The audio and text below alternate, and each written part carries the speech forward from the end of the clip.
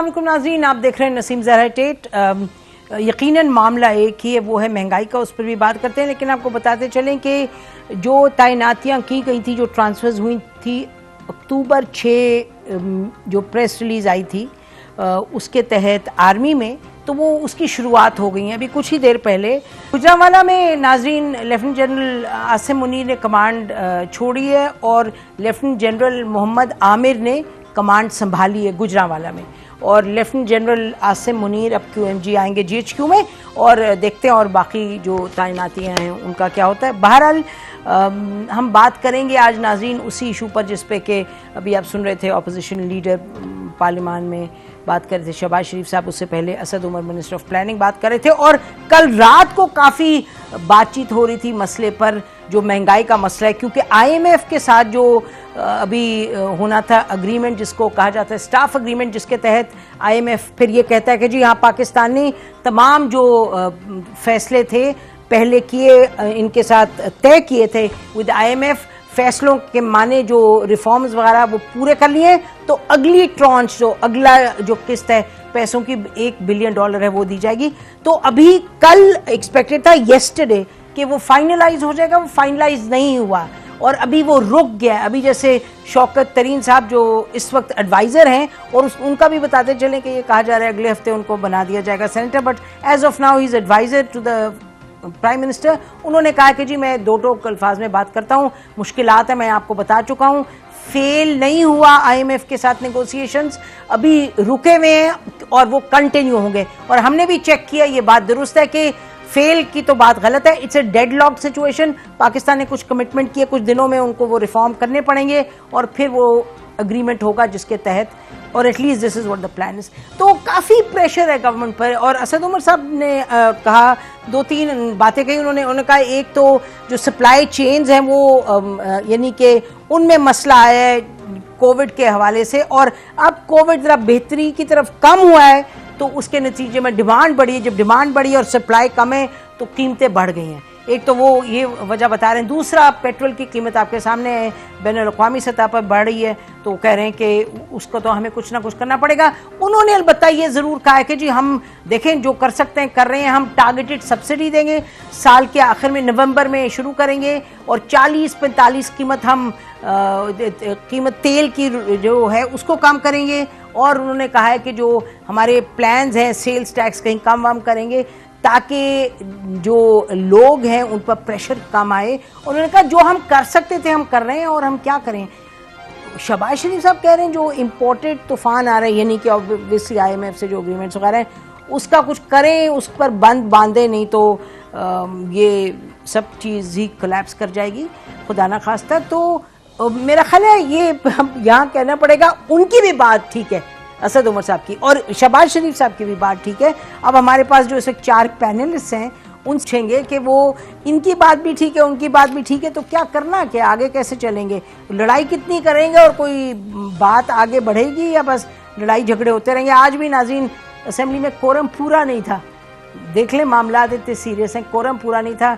जब हुकूमत के खड़े हुए बात करने एक मेंबर, तो अपोजिशन ने पॉइंट आउट किया कि जी कोरम पूरा नहीं है, तो फिर आई थिंक प्रोरोग हुई असेंबली। तो बहरहाल this is what it is. Farooq Salim साहब हैं, इकोनॉमिस्ट हैं, डॉक्टर फ़ारूक सलीम PhD किए हुए, बड़ा जानते हैं इन चीज़ों को, स्पोक्स पर्सन भी रह चुके हैं हुकूमत के, हम हमेशा ये याद दिलाते हैं। बहुत शुक्रिया फ़ारूक सलीम साहब। उनके साथ तशरीफ़ रखते हैं आफ्ताब जहांगीर साहब, PTI के लीडर हैं, MNA हैं और पार्लियामेंट्री सेक्रेटरी हैं, रिलीजियस अफेयर्स के और भी कमेटीज़ के मेंबर्स हैं। बहुत शुक्रिया आफ्ताब जहांगीर साहब। मलिक अहमद खान साहब, senior leader PMLN, spokesperson Shahbaz Sharif साहब के और PMLN से, और आगा रफ़ीउल्लाह साहब, सीनियर लीडर पाकिस्तान पीपल्स पार्टी के MNA। बहुत शुक्रिया रफ़ीउल्लाह साहब, आपने भी हमें ज्वाइन किया, मलिक अहमद साहब आपने भी ज्वाइन किया। तो कहाँ से शुरू करें ज़रा आफ्ताब जहांगीर साहब, थोड़ा सा आपसे पूछ लेते हैं, इस वक्त क्या सूरत हाल है।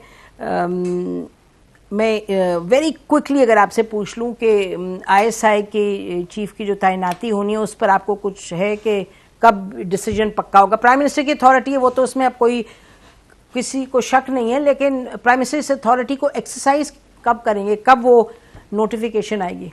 बिस्मिल्लाहिर्रहमानिर्रहीम। बहुत शुक्रिया नसीम कि आपने मुझे अपने प्रोग्राम में मौका दिया।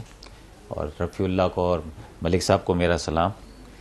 देखिए, बात ये है कि जितनी जल्द हो जाए उतना अच्छा है, क्योंकि कल मैंने जब परसों जो जलसा हुआ फैसलाबाद के अंदर, जिस किस्म के नारे उस जलसे के अंदर लगाए गए हैं, ठीक, तो उससे सूरत हाल इतनी अच्छी नहीं है। क्योंकि जो भी फैसले हैं या तो उनको पहले से तय कर लेना चाहिए था, जबकि ये पता था कि जी ये जो है जिम्मेदारी प्राइम मिनिस्टर की है और उन्हीं का हक है DGI लगाना। तो ये पहले से तय हो जाता तो ज़्यादा बेहतर था कि ये सारी चीज़ें इस तरह की आपस में गटमिट ना होती। लेकिन भारत अब जो भी हो गया है, तो प्राइम मिनिस्टर साहब को भी चाहिए कि जिनके साथ भी बातचीत करनी है, क्योंकि मेरे इल्म में तो नहीं है मुझसे। अच्छा, फिर आप हमें खबर नहीं बता रहे, आप हमारे साथ आप भी कह रहे हैं प्राइम मिनिस्टर साहब आप जल्दी करें। अच्छा, ओके, ये तो बात होगी। चलें आगे चलें इस पर कि ये जो महंगाई का तूफान है, कुछ आप इस पर कहेंगे कि इसको, यानी आप क्या एक्सपीरियंस करें जो आपके वोटर्स हैं, सपोर्टर्स हैं? अच्छा नसीम, मैं हमेशा प्रोग्राम में बात करता हूँ और जब लोगों से भी मिलता हूँ और मैं कहता हूँ तो मेरे से बहुत सारे डिसएग्री करते हैं। आप भी करेंगी, डॉक्टर साहब भी करेंगे और यकीनन मेरे अपोजिशन के दोस्त भी करेंगे। मैं जब अपने हलके की बात करता हूँ, मैं अपने शहर की बात करता हूँ, तो परेशानी जो है वो अपनी जगह, महंगाई की तो अपनी जगह पर है, लेकिन मैं ये समझता हूँ कि उससे अलावा जो परेशानियां हैं, अगर हम उस पर काबू पा लें तो ये इतना बड़ा इशू नहीं है। मसलन ये है कि जैसे फॉर एग्जांपल, अभी मैं आपको ये इसलिए बात कर रहा हूँ नसीम कि आप इसमें कोई वो नहीं है कि मेरे हलके के अंदर मसाइल हैं। फॉर एग्जांपल वो कहते हैं जी हमें स्कूल अच्छे देते हैं गवर्नमेंट के, ताकि हम अपने बच्चों को बेफ्री तालीम दिला के है, और मिडिल क्लास, हम कहते नहीं है कि बहुत अच्छे स्टैंडर्ड के प्राइवेट स्कूल के मुकाबले में, ताकि वो जो 8-10 हज़ार रुपया हमारा बचेगा तो हम इस महंगाई की तरफ जो है हमें आसानी हो जाएगी। अच्छा, इसी तरह वो कहते हैं हमारा हेल्थ का निज़ाम बेहतर कर दें, हमारे पानी का निज़ाम बेहतर कर दें, ये चीज़ें। लेकिन महंगाई, अगर देखें, मैं यूरोप की बात करता हूँ, मैंने देखा यूरोप में और दूसरी जगह जहाँ महंगाई है, वहाँ पर लोग आपको सुपर स्टोर्स में इस तरह नज़र नहीं आते, बल्कि उनके शेल्फ भी खाली हुए हुए नज़र आते हैं। लेकिन पाकिस्तान के अंदर, कराची के अंदर महंगाई है, लेकिन ये आप यकीन करें, मैं आपको रात को ले जाऊंगा 12-1 बजे, 2 बजे, 3 बजे आपको होटल्स के अंदर वही रश मिलेगा है। आपको दूसरी जगहों पे ले जाऊंगा, रोड के ऊपर गाड़ियां वैसी हैं, मोबाइल की मार्केट्स में ले जाऊंगा मैं आपको 30। तो मैं ये समझता हूं कि महंगाई अपनी जगह पर है, लेकिन उसके साथ साथ जो दूसरे काम अगर हम कर लेंगे तो महंगाई को किसी हद तक। आप दो बातें कह रहे हैं, आप ये कह रहे हैं आफ्ताब साहब, एक तो आपने सुन लिया फारूक साहब, मेरा ख्याल है आपके पास आती हूँ मैं, जरा ऑपोजिशन से पूछ लूँ, then I will come to you. अच्छा जी, मलिक साहब, तो आपके लीडर तो लगता है बेजा परेशान हो रहे हैं, वो बता रहे हैं आपको आफ्ताब साहब कि भाई अभी तक आप जाएं दुकानों में तो शेल्फ भरे के भरे हैं, लोग वहीं शॉपिंग करें, सब कुछ कर रहे हैं, तो महंगाई से लोग परेशान तो हैं, बट ऐसे नहीं कि बाहर के मुकाबले में आपके हालात कोई बुरे हैं, बाहर के मुकाबले में बेहतर है। जी मलिक साहब, तो ये कहा जा रहा है कि कोई इतना मसला पाकिस्तान में तो नहीं है। जी मलिक साहब। जी नसीम, बहुत शुक्रिया आपका। मैं पहले तो आपसे माजूद ख्वाह हूँ कि मैं आपका स्टूडियोज नहीं आ सका किसी बिल्कुल अनअवॉइडेबल सर्कमस्टेंस की वजह से।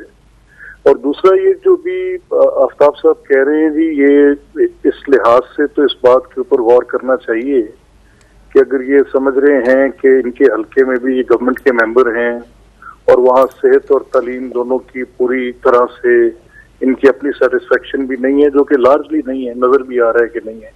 लेकिन ये दो बड़ी डिस्टिंक्ट बातें हैं कि अगर आप एक एजुकेशन सिस्टम पे बात कर रहे हैं, उसकी अच्छी डिलीवरी नहीं है, अगर आप एक हेल्थ सिस्टम की बात कर रहे हैं, उसकी मुनासिब प्रोविजन नहीं है, और दूसरी तरफ महंगाई जो है ये गालिबन इस वक्त अपनी तारीख की बुलंद तरीन सतह पे है। मेरे मुशाहिदे में कभी ऐसे नहीं था कि एक ही वक्त में 10 रुपए तेल की कीमत पेट्रोल की बढ़े और उसका बोझ डायरेक्टली अवामुन्नास पे लादा जाए, और फिर उसके बाद इनकी पॉलिटिकल स्पाइन भी कोई ना हो कि गवर्नमेंट कहीं पर थोड़ी बहुत रेजिस्टेंस टू दोज कमिटमेंट्स जो इनकी ऑलरेडी हैं विद, भले वो IMF के पैकेजेस की वजह से हैं, चाहे वो स्टेबिलिटी फैक्टर की वजह से हैं। तेल की कीमत को लेके सुन रहे हैं कि देखें पेट्रोलियम लेवी जो है उसके ऊपर हमने उसको इतना कम रखा, सेल्स टैक्स को इतना कम रखा, लेकिन कोई भी इसके ऊपर दरामदी ड्यूटी कितनी आयद की गई है उस पर बात नहीं करता।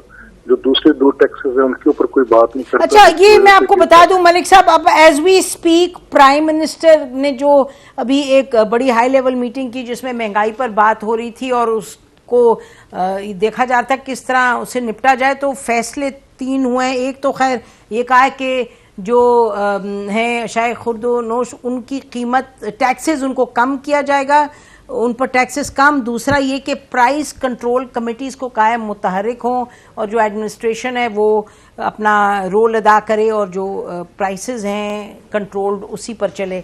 तो ये तो कहना पड़ेगा कि ये बहुत मरतबा हम सुन चुके हैं पहले, लेकिन बहरहाल तो आप क्या कह रहे हैं मुझे समझ नहीं आ रही। देखें ना, ये आप जो पेट्रोल की कीमत ये सब, ये तो आप जानते हैं कि इंटरनेशनल, एक तो IMF है लेकिन दूसरा जो इंटरनेशनली कीमतें बढ़ रही हैं वो हुकूमत कहती है, आप कह रहे हैं कि पास ऑन करते हैं, हुकूमत कह रही है हम पूरा तो नहीं पास ऑन कर रहे। नहीं देखिए ना, यहीं पर ये फर्क है ना। हम ये कह रहे हैं कि जब पास ऑन करने की मंतक देते हैं और उसमें 2 टैक्सेस का जिक्र करते हैं कि पेट्रोलियम लेवी हमने कम आयद की, इतने % हमने कम रखी, या सेल्स टैक्स को हमने इतने % कम रखा, और जो रिकमेंडेशंस थी उससे हम इतने % हमने उससे कम रखा। लेकिन जहां दरामदी ड्यूटी की बात है, यानी जो इम्पोर्टर है जो इम्पोर्ट कर रहा है वो तो उस प्राइस पे करेगा जो प्राइस वो पे कर रहे थे, वो टैक्सेस की मद में कर रहे हैं। तो गवर्नमेंट सिर्फ 2 टैक्सेस तो उसके ऊपर इम्पोज नहीं कर रही जो कि सेल्स टैक्स या पेट्रोलियम लेवी है, उसके अलावा भी 3 टैक्सेस हैं जिनमें एक दरामदी टैक्स है जो कि बहुत बड़ा रेवेन्यू इनका एक पेट्रोलियम। अच्छा मलिक साहब, do I understand you correctly कि आप कह रहे हैं कि और भी हुकूमत टैक्सेस वगैरह कम करके तो बोझ जो है वो अवाम पर कम डाल सकती है। मैं वापस आती हूँ आपके पास वेरी क्विकली। अगर रफीउल्लाह साहब आप कुछ कहना चाहेंगे। कल पीपल्स पार्टी ने बड़ा एक भरपूर स्टांस लिया और कहा कि जो इतनी महंगाई है इसको ख़त्म किया जाए, हम आके ख़त्म करेंगे, हुकूमत को जाना चाहिए। तो क्या करेंगे आप, यानी what is it that you would do given these circumstances? पहले तो मैं अफताब जहांगीर साहब के बात पर रिस्पॉन्स करूंगा कि वो अफसोस के मकाम ये है कि अफसोस का ज्यादा जो तकलीफ है मरना वो ये कि ये कह रहे हैं कि महंगाई है भी, लेकिन फिर और जख्मों पे नमक छिड़कते हैं कि होटल भरे हुए हैं। ये क्या चाहते हैं कि लोग बिल्कुल मर जाएं और गरीब को मारना चाहते हैं? ये कौन सा रीजन देते हैं? आपसे मैं ये रिक्वेस्ट करता हूँ कि आप किसी भी शहर में कैमरामैन लेके भेजें और उससे कहें कि जाके लोगों के व्यूज में लोग क्या चाह रहे हैं। बस एक ही बात कह रहे हैं, वो कह रहे हैं हमारा बेड़ा गर्क हो गया। और रफीउल्लाह बैठकर जो है ना, मलिक साहब आपको मलिक साहब मैं बताता हूँ कि वो जो डाइवर्ट करने वाली बात है कि एजुकेशन और ये और वो, अल्हम्दुलिल्लाह हर चीज उस हिसाब से जिस हिसाब से ये आपको डाइवर्ट करना चाह रहे हैं। जब ये सिंध आएंगे तो इनको हम बताएंगे कि सिंध ही वाइज वो जगह है जहाँ पर पाकिस्तान के हर तबके और हर शहर से लोग आके इलाज करा रहे हैं और यही तालीम भी हासिल कर रहे हैं और उस चीज के हम प्रूफ दे सकते हैं। बाकी रहा कि ये सिस्टम हुकूमत जो है वो रात को ट्वीट करती है कि जी हमारे अदब पूरे हो गए, हमने अपने टैक्स रेट जो हमने टारगेट रखा था वो अचीव कर लिया। जब आप अवाम को निचोड़ेंगे, अवाम का खून निकालेंगे तो जाहिर सी बात है वो टैक्स तो आप अपने हदफ पूरा करेंगे, लेकिन अपने लोगों के खून निचोड़कर अपने लोगों को इस हाल पे पहुंचाने के बाद ये कौन सी हुकूमत है, कौन सी नुमाइंदगी है, कौन सी अक्लमंदी है कि आप अपने लोगों के साथ जुल्म करके और वो हदफ जो IMF के साथ आपने डील की है वो पूरा कर रहे हैं।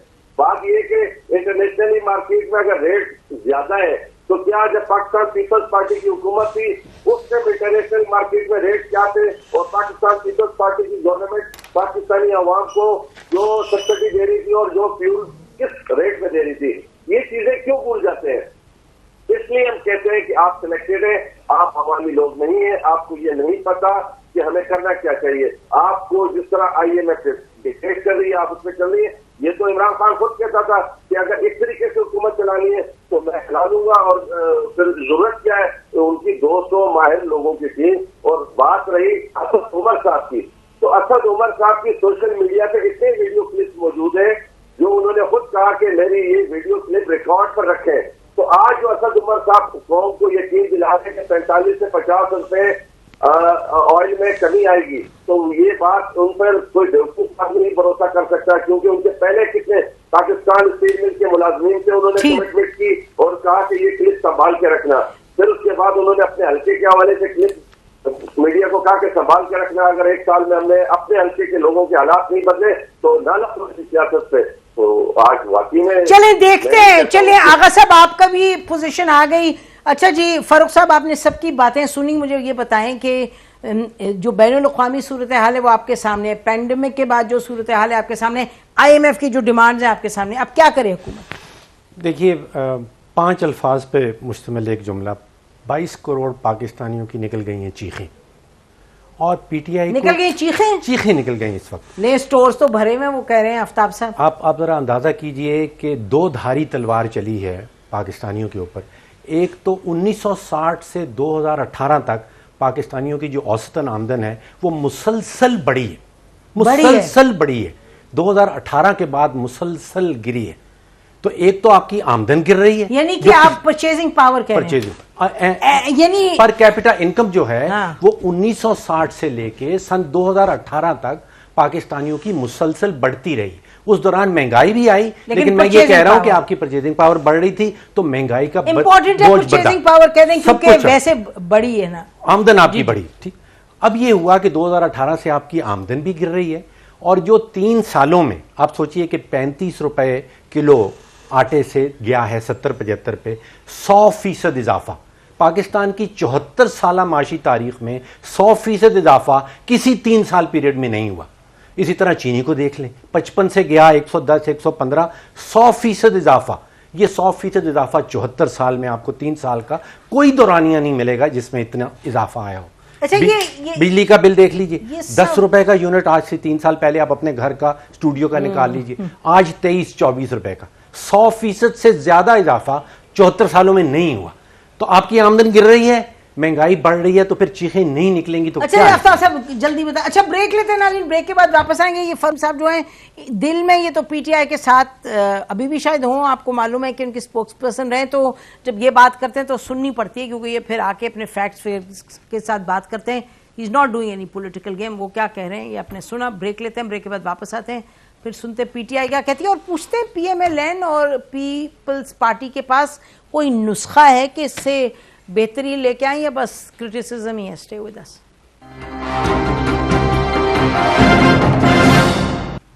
वेलकम बैक नाज़रीन। अभी बता रहे थे डॉक्टर फारूक सलीम के रिकॉर्ड सेटिंग की बात किया उन्होंने, बड़ा रिकॉर्ड बनाया, लेकिन बदकिस्मती से रिकॉर्ड सब गड़बड़ रिकॉर्ड है जो बनाया आफ्ताब साहब आपने।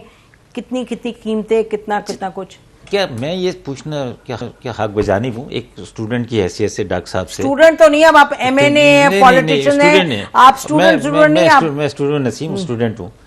क्या कि जब वो 74 साल की हिस्ट्री बयान करते हैं तो उसमें प्राइसेस क्या 74 साल पे ही रुकी रही, वो बढ़ती रही ना? ये कह रहे हैं कि पर कैपिटल इनकम जो है वो भी बढ़ती रही साथ। अच्छा, ये खुद भी एडवाइज़र रहे, और मुझे नहीं पता कितना अरसा रहे ये एडवाइज़र, समझे ना, और यकीनन उससे पहले भी। लेकिन बात यह है कि मैं जो बात कह रहा हूं, मैं अपनी बात पर अभी भी कायम हूं। पहले जवाब सुन ले जो आपने कहा कि भाई कीमतें एक कीमतें तो बढ़ रही हैं, तो बढ़ती रहेंगी, कीमतें तो बढ़ेंगी। ये ऐसा नहीं है। मैंने भी बहुत सस्ती चीजें भी खरीदी, लेकिन मेरा कहने का मतलब ये है कि ये हल क्यों नहीं बताते? नहीं, हल तो छोड़े ना पहले। नहीं, आप डॉक्टर साहब आप हल भी तो बताएं ना। ये आप नहीं, मैं मुझे ये कहें कि जी आफ्ताब साहब अगर ये काम किया जाए है तो इसमें ये मसला हल हो सकता है। मैं तैयार हूं हल बताने के लिए। जी कौन बोला है? जी आप में से कोई बोला है? मैंने कहा अगर अफीला बोलो, मैंने बोला आफ्ताब जहांगीर साहब MNA, उनको बोले कि इनको मिनिस्टर बनाए, ये हल निकाले ना। अच्छा, लेकिन देखिए मैं जो हल तो देने आप आए थे ना। मैं आपको एक बात नहीं, एक सेकंड, अभी आप जो कह रहे थे ना कि यानी कि कीमतें तो बढ़ती चली गई हैं, तो इसमें यानी कि व्हाट्स न्यू के साथ बढ़ती है। अच्छा, एक सेकंड, तो व्हाट्स न्यू? कीमतें तो बढ़ती चली गई हैं, फर्क इसका जवाब दें आप। देखिए, बिल्कुल, मैं तो खुद से ये कह रहा था कि 1960 से लेके 2021 तक कीमतें बढ़ रही हैं। एक तो इस रफ्तार से नहीं बढ़ी जो मैंने आपको बताया, 100% जो आटे की कीमत 3 साल में बढ़ी है, आपको 74 साल में ऐसा कोई 3 साल का दौरानिया नहीं मिलेगा। रफ्तार जो है घोड़े की दौड़ने की, महंगाई के घोड़े की, वो इतनी तेज हमने पहले कभी 74 सालों में नहीं देखी। फिर जो बर्दाश्त कर लेते थे क्योंकि हमारी आमदन बढ़ रही थी, अब 2018 के बाद मुसलसल 3 साल हमारी आमदन जो है वो गिरी है। तो ये 2 धारी तलवार जो है ये पहले हमारे ऊपर कभी नहीं चली। कह रहे हैं गिरी है, कैसे गिरी वो तो बताएं। हुकूमत ने तो तनख्वाहें तो बढ़ाई। देखिए, जो वर्ल्ड बैंक की रियल बेस की इनकम आती है वो 2018 में $1480 थी। ठीक, 1960 में $83 थी, तो आप सोचिए 83 से हम पहुंचे, पीक किया 1482 पे, और उसके बाद फिर वो गिर रही है 1190 पे बैठे हैं। बिकॉज अगर आप डॉलर के साथ करें तो आप रियल इनकम की बात डॉलर के साथ उसको जब कंपेयर करेंगे डॉक्टर साहब, तो उस वक्त का डॉलर का रेट और आज का डॉलर का रेट हम तो पाकिस्तानी रुपीस में करते हैं ना। अब देखिए, मैं वैसे एक बात कह रहा हूं। नहीं, एक सेकेंड आफ्ताब साहब, जो ये फरमा रहे हैं, आपकी अगर मैं 10 रुपए कमा रही हूं तो मेरा 10 रुपया जो है 5 साल पहले के 6 रुपए के बराबर खरीद सकता है, यही बात है ना जी? ऐसी बात है जी। अच्छा, मुझे जरा जाने दें और पॉलिटिशियंस के पास जी। नहीं, वो मैं एक बात का जरूर जवाब दूंगा रफीउल्लाह की बात का, कि मैंने जो जिंदगी में सीखा, अगर मेरे पर मुश्किल आती है तो मैं अपने सिस्टम को बेहतर करने की कोशिश करता हूं। मैं कहता हूं कि यार इस तरह मैं करूंगा तो मैं अपनी चीज़ों को बेहतर कर सकता हूं। जिन्होंने कहा कि लोग भूखे मर जाएं, क्या खाएं पिए ना, मुझे बताएं कि मैं रफ़ीउल्लाह और मैं एक ही शहर से हैं, और रफ़ीउल्लाह को मैं दावत दूंगा कराची आने के बाद कि हम चलेंगे खाने के लिए किसी जगह पर, और वहाँ पे लोगों से पूछेंगे कि जो रात को 3 बजे बैठकर 4 बजे बैठकर 500 लोग एक होटल के ऊपर बैठ के चाय और वो खा रहे होते हैं। अगर महंगाई है, वो पैसे बचत करें, अपने घर की जरूरतों को पूरा करें। आप मैं रफ़ीउल्लाह साहब 1 मिनट आपके पास आएंगे प्लीज। आप ही के पास आऊंगा। जब परेशान होता है आदमी तो वो अपनी जिंदगी, अच्छा जी, आप फिर से वही बात करें, वही से बात फरमा रहे हैं फिर से मलिक साहब, ये फिर से फरमा रहे हैं कि भाई लोग खाने तो खा रहे हैं बाहर जाके, 500 बंदा, वो कह रहे हैं खाने मत खाओ यार, जाके पैसे बचाओ और इन्फ्लेशन भी कम होगी, ऐसी कह रहे हैं ना सर। बात ये है कि जरूरत की चीजों को तो इस्तेमाल करें, गैर जरूरी चीजों को तो ना करें ना। अच्छा जी, मुश्किल हालात के अंदर है मलिक साहब। जी नसीम, देखिए मेरा ख्याल ये है कि जो आप पहले पूछ रही थी कि क्या कोई फॉर्मूला ऐसा है जिसके साथ इसको पीछे पुशबैक किया जा सके, जितनी महंगाई का तूफान आया हुआ है। तो देखिए, गालिबन जो डॉक्टर फारूक सलीम साहब आपसे बड़ी एक अच्छी बात कह रहे थे, एक बड़ा अच्छा मुआवजा दे रहे थे कि जब आपकी जब गवर्नमेंट स्पेंडिंग हो रही होती है, फॉर एग्जांपल PSDP जिसमें आप एक बड़ी स्पेंडिंग कर रहे हैं, एक ग्रोथ आपकी अचीव हो रही है, लोगों को रोजगार के मौके मिल रहे हैं, लोगों के आमदन जो है वो उसमें इजाफा हो रहा है, तो फिर ये महंगाई की चीजों का किसी तरह से मुकाबला किया जा सकता है। लेकिन ये जो दलील आफ्ताब साहब दे रहे हैं, गालिबन मेरा ख्याल थोड़ी ये मिसकंसीव्ड है कि ये सिर्फ इस बुनियाद पर देखें कि रेस्टोरेंट्स भरे हैं, लोग वहाँ बैठे हैं। कुछ तबके ऐसे हैं जिनकी जेब में पैसे है, इसमें कोई शक नहीं, वो कितनी भी महंगाई हो जाए उनको फर्क नहीं पड़ता। लेकिन जो मतवसत तबके के लोग हैं, जो इस मुल्क में गरीब लोग हैं, आप देखें कि गुर्बत की सतह से नीचे कितने लोग पिछले 2-3 साल के अंदर धकेल दिए गए, कितने लोग बेरोजगार हो गए। ये गवर्नेंस होती है, और अगर गवर्नेंस में फ्लॉज हों तो फिर ये जो बढ़ती हुई शेय खुर्द-ओ-नोश की कीमतें हैं, चाहे वो इम्पैक्ट आलमी सतह पे कोविड की वजह से आ रहे हैं, फिर आप उनके साथ मुकाबला नहीं कर पाते। लेकिन अगर आपकी डोमेस्टिक पॉलिसीज बेहतर हो, आपकी कोई ग्रोथ स्ट्रेटजी हो, और आप कोई अच्छी अपनी गवर्नेंस, इफेक्टिव गवर्नेंस, जैसे भी आप जिक्र कर रही थी कि प्राइम मिनिस्टर प्राइस कंट्रोल्स की बात कर रहे हैं, या कुछ या तलब रसद के मामलात हैं, उसके ऊपर कोई अगर कोई नुक्स है तो उसको दुरुस्त करने की बात कर रहे हैं, तो yes then there is a way to do it.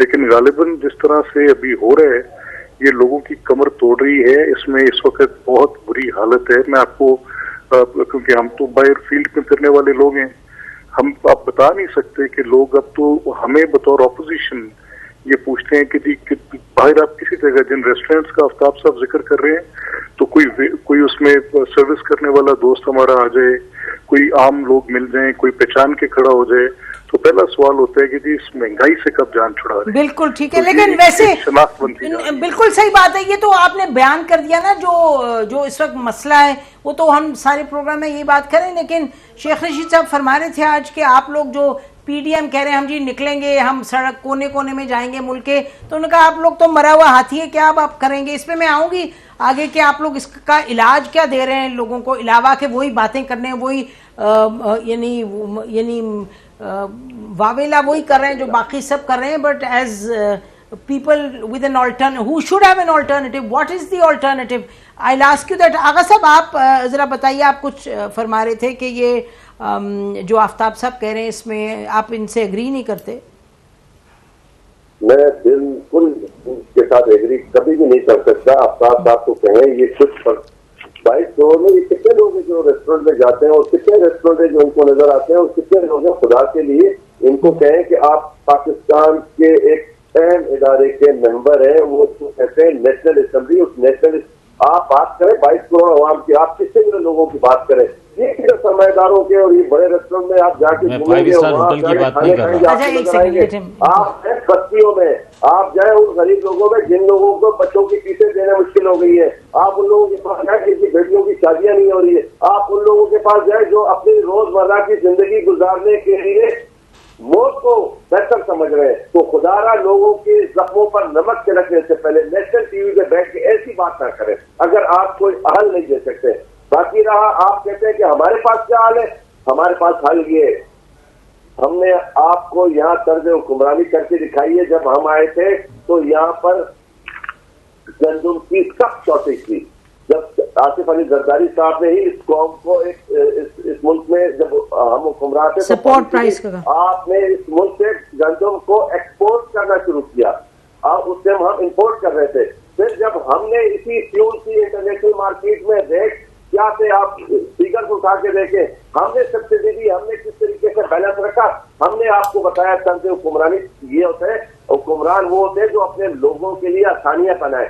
ये हुक्मरानी नहीं है कि वजीर आजम, मिनिस्टर और पार्लिमानी सेक्रेटरी बनकर एंजॉयमेंट करें। तो आगा साहब आपके सिंध में महंगाई कम है, यानी कि कम किस तरीके से कर सकते हैं? अच्छा ठीक है जी, ब्रेक लेते हैं। नाज़रीन, आपने सुना आगा साहब की, इस पर आएंगे ब्रेक के बाद कि ये प्राइस कंट्रोल वगैरह का जो सिलसिला जिस पर प्राइम मिनिस्टर बात करें, डॉक्टर फरूक हमें बताएंगे कि is that an answer to the problem, क्योंकि जो प्रॉब्लम है वो तो यकीनन कहीं जा नहीं रहा, अभी वहीं का वहीं खड़ा है। Stay with us.